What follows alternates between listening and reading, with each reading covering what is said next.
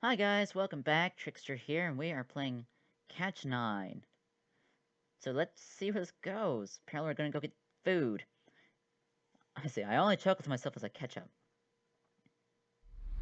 As we make our way to the lively shopping area, a few blocks away from campus, a couple of details catch my attention. There's endless posters and billboards plastered with faces of politicians with broad, candid smiles, proclaiming in bold letters, "Back to prosperity.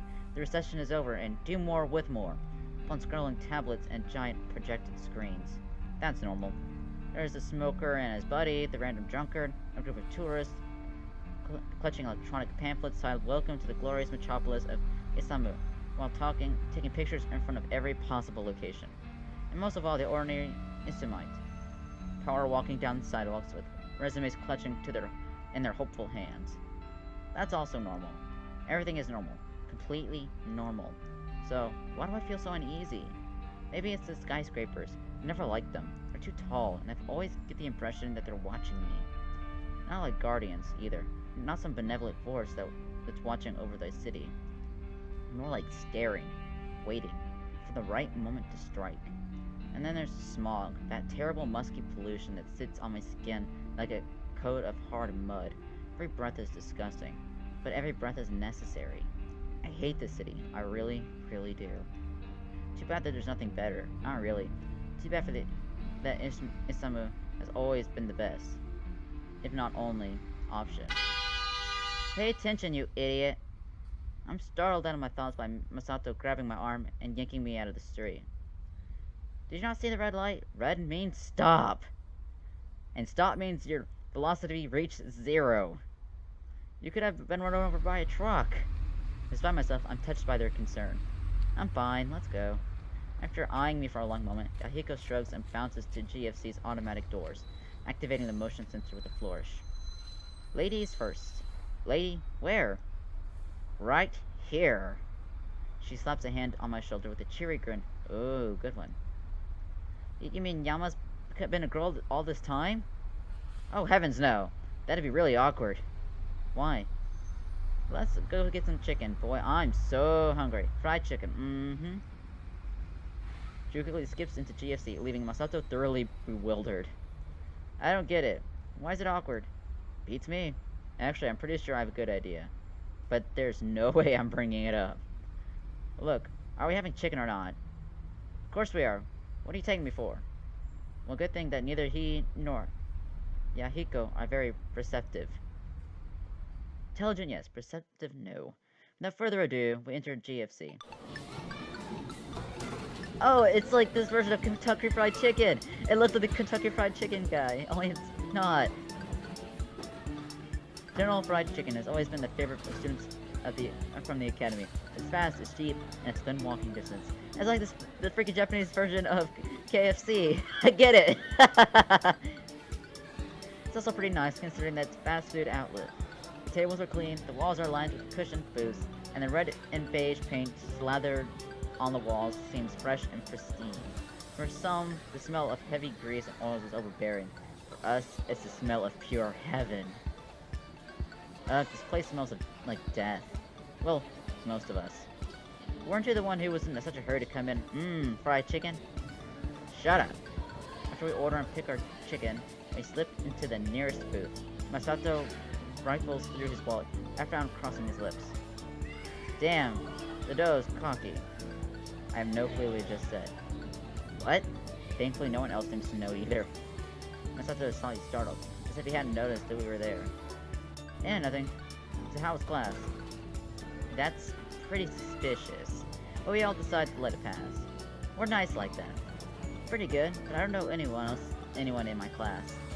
What? Are they giving you a hard time? What? Nothing like that. It's just, you guys are a year older, and Akira's in a different class this year.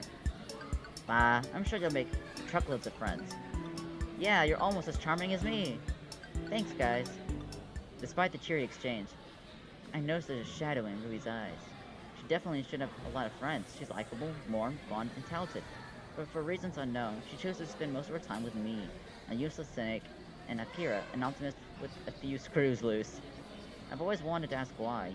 But a small part of me is afraid that the moment I bring it up, she'll realize it and leave. No, I need to do this. It's the least I can do. Why don't you hang out with your classmates? The words come off a lot harsher than I intended, but Rui doesn't seem to be offended. Her expression darkens, but it's one of anger, not hurt. I don't want to hang around people like them. Why not? They're a bunch of fakes. All they do is judge me, or others in the class, or even one another. They're not outright mean, but I don't like it when people talk behind my back. And they pick on the shy girl in our class for no reason. It's stupid.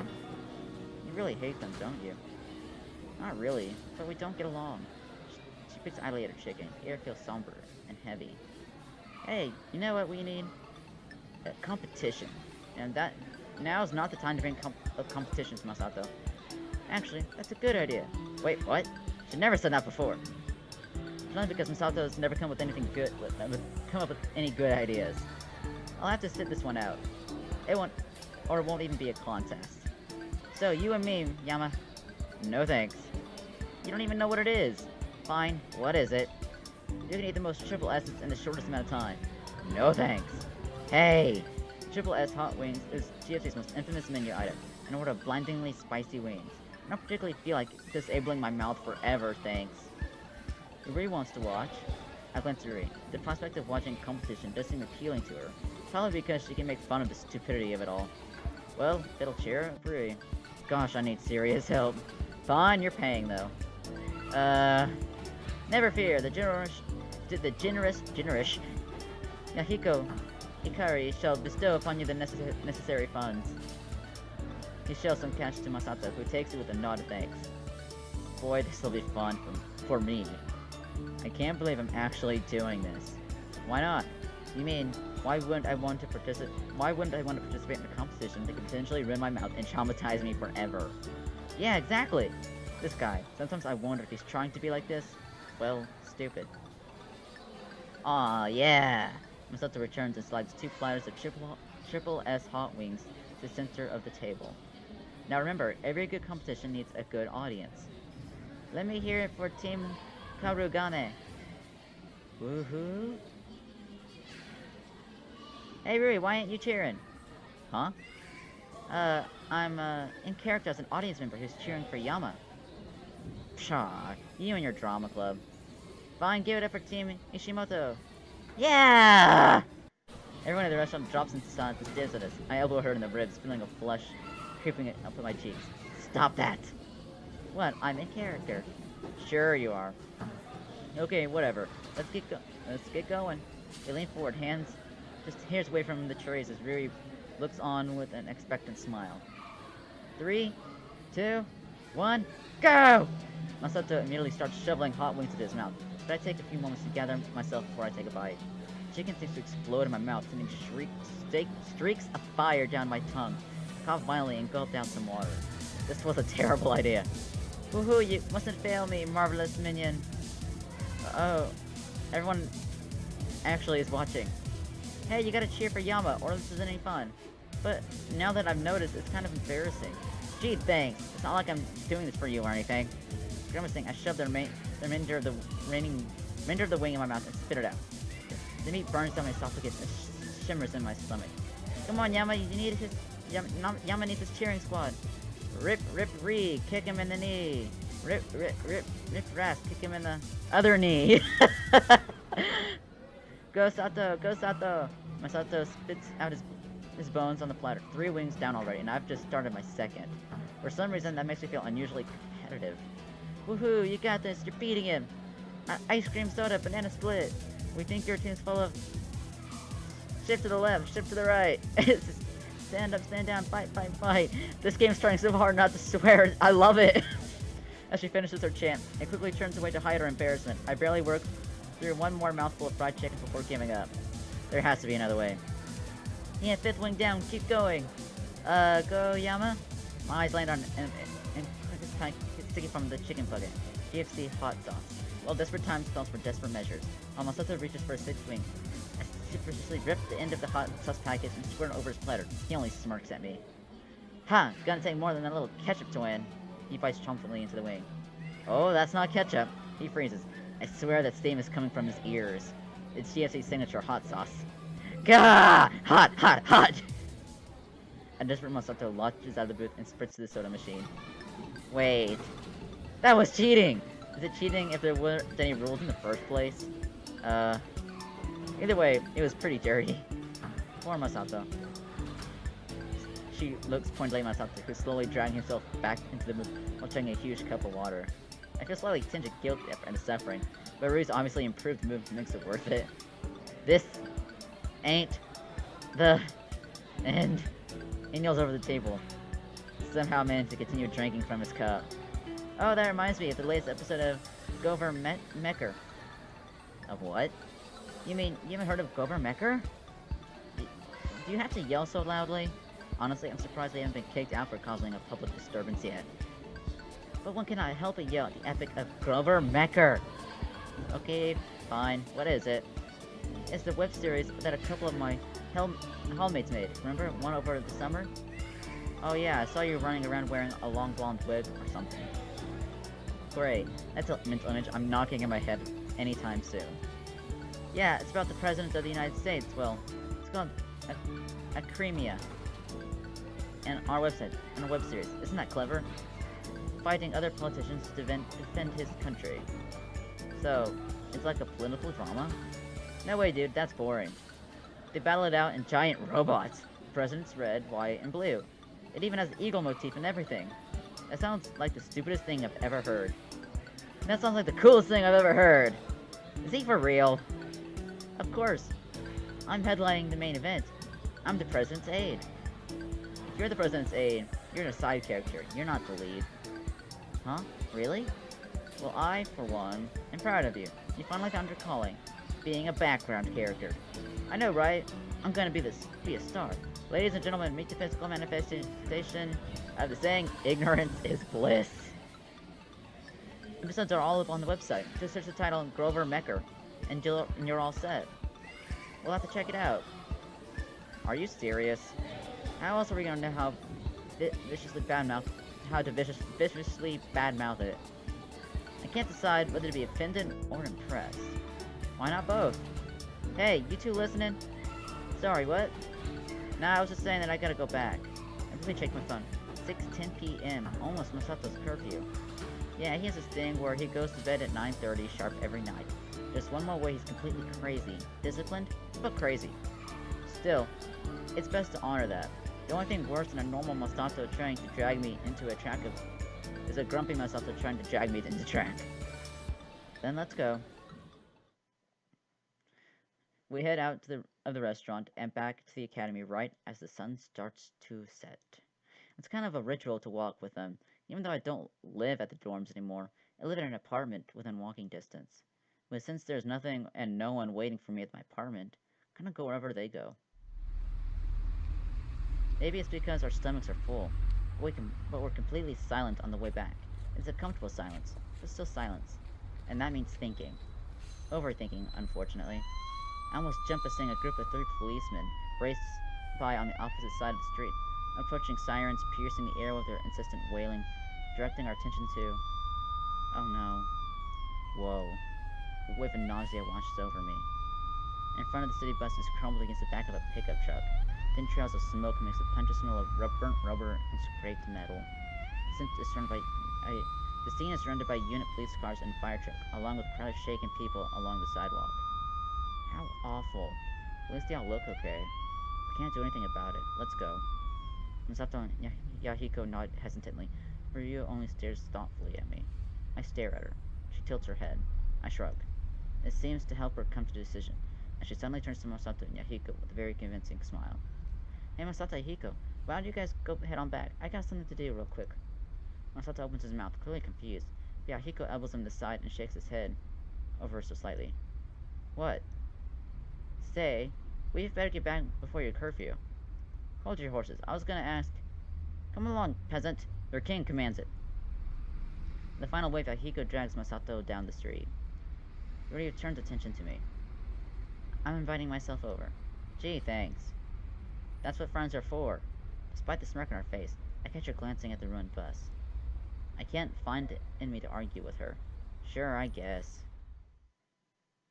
We switch our route to a different street, remaining silent as we pass 3 more police officers.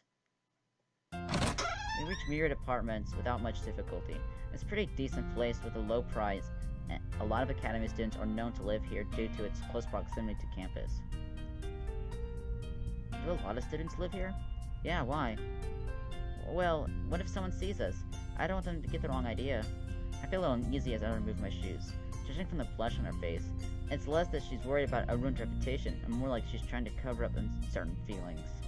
Feelings that I am not ready to deal with. Don't worry, I'm sure they're just thinking you're one of my guy friends. I don't even look like a boy. I only smirk at her as I flop on the sofa. This is a place I know as home sweet home. Simple furniture, written pieces of clothing here and there, and a basic kitchen crammed in a corner. And these cute things right here, whatever the hell they are. Not too fancy, not too shabby in the slightest. Comfortable. Marie doesn't seem to feel the same way. She gives everything a disapproving look as she proceeds through the apartment. I think this place has gotten messier. So sue me. Can I actually? No. She looks over at me for a moment, and something in her expression shifts. So, that bus. I sigh noisily as I close my eyes. Can we talk about something else? You hungry? Huh? I can make some omelets. Isn't that a breakfast food? Instead of replying, I just hear the rhythmic patter of footsteps against the carpet.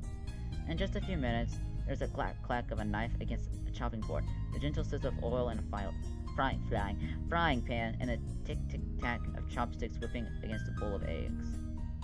A heavenly aroma rises in the air. Really? With the lack of response, I open my eyes. It takes a little effort, but I manage to pull myself up and head to the kitchen. Really? I stop short. Rui zeroed in on the stove, sprinkling ham and cheese over a bubbling layer of egg and humming a catchy little tune. The apron tied around her waist should be way too big for her, but somehow it looks perfect. Wait, this is Rui. Rui Hayata. Get a grip. Yama, get a grip. No, it's too late. Welcome home, honey. You must be starving. I prepared dinner just for you. Wow, I'm so lucky for marrying such a wonderful woman, not to mention adorable. Oh, sweetie, I'm the lucky one. Look at your chiseled jaw and beautiful eyes. I'm not the one who was his work is a work of art, baby. Well, why don't you have a seat? Pumpkin dinner's almost served. I simply can't wait to taste your delicious food, Angel. What do you prefer, darling? Dinner, a bath, or me? Oh, sugar, we both know the answer to that question. In that case, love, the first course will be your lips. My fist! I mentally jerked back to reality, and the terrible vision dissipated into thin air. Well, that escalated quickly. I don't even want to know what would bring such a terrible image to mind. You know what I mean? Married? I shudder on the inside. Not that she's, well, bad or anything. We understand each other more than anyone else. But then we'd have to be a romantic relationship, and romance in high school is just, well, we'd end up losing our friendship entirely, which would suck. And is 99.9999% likely given my great luck. Crap, what am I even thinking about? Back to reality. What are you making? Omelets? Are you sure? She nudges me in the sides, but she's smiling. Plate, please. Huh? Plate, idiot. Ah, yeah, your majesty. We keep things light and teasing as I reach into the cabinet and pass a plate to Rui. She freezes slightly when my shoulder brushes against her, but I pretend not to notice. It is what the doctor ordered. One premium plate imported directly from the mystic land of Denmark.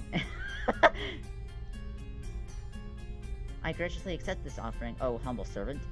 May there be lasting peace between our countries.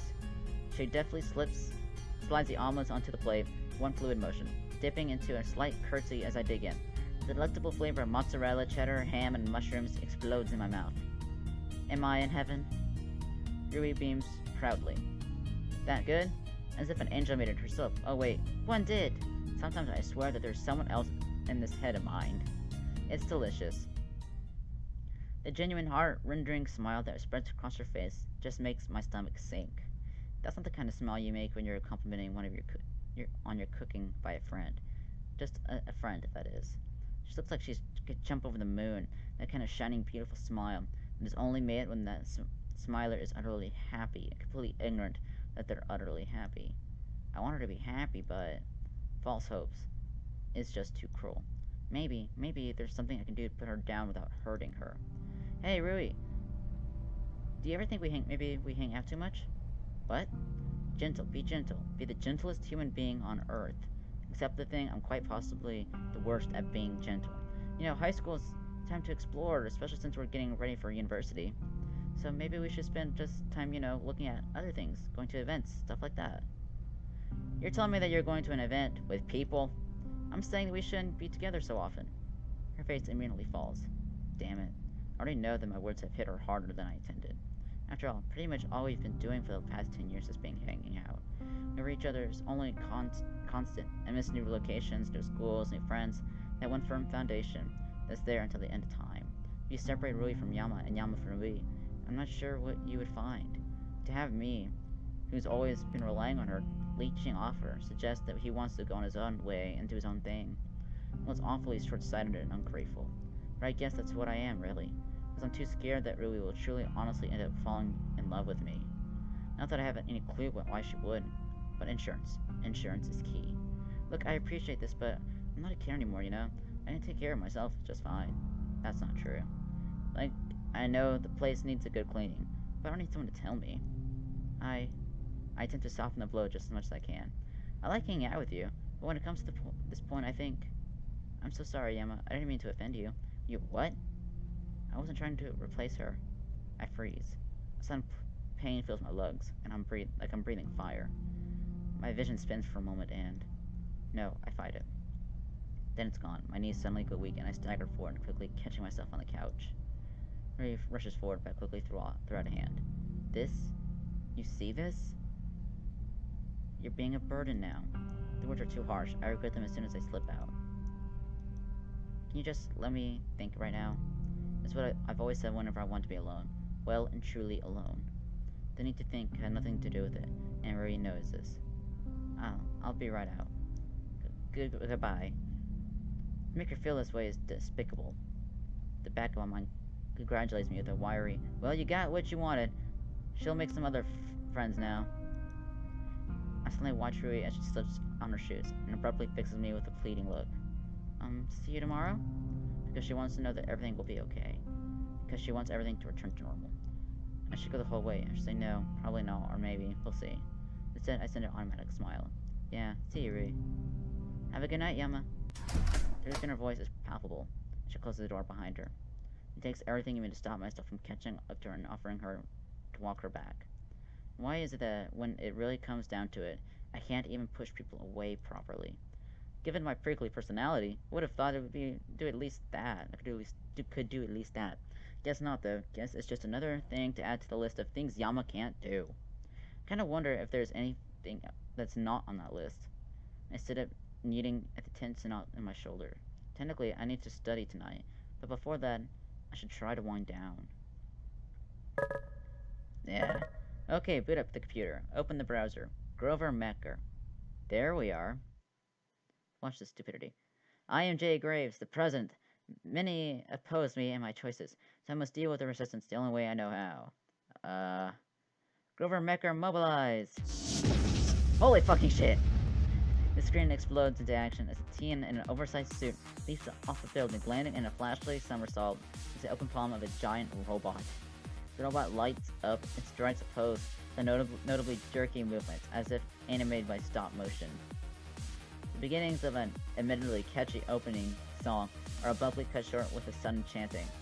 Give us an AX President Son. We want AX President Son. And suddenly President J. Graves is on the ground, and his giant robot pet nowhere in sight. Strange. Was that a dream sequence or a bad editing? The president turns around, the camera pans out to reveal he's standing on in a broad field of wheat, reminiscent of old samurai movies. On the other end stands a guy with some hideous recreation of 3 different cosplays. Swirled eye glasses perched on the end of his nose, and a flannel headband embroidered with a giant heart wrapped around his unkempt hair. What business do you have with this fine country of Archimera?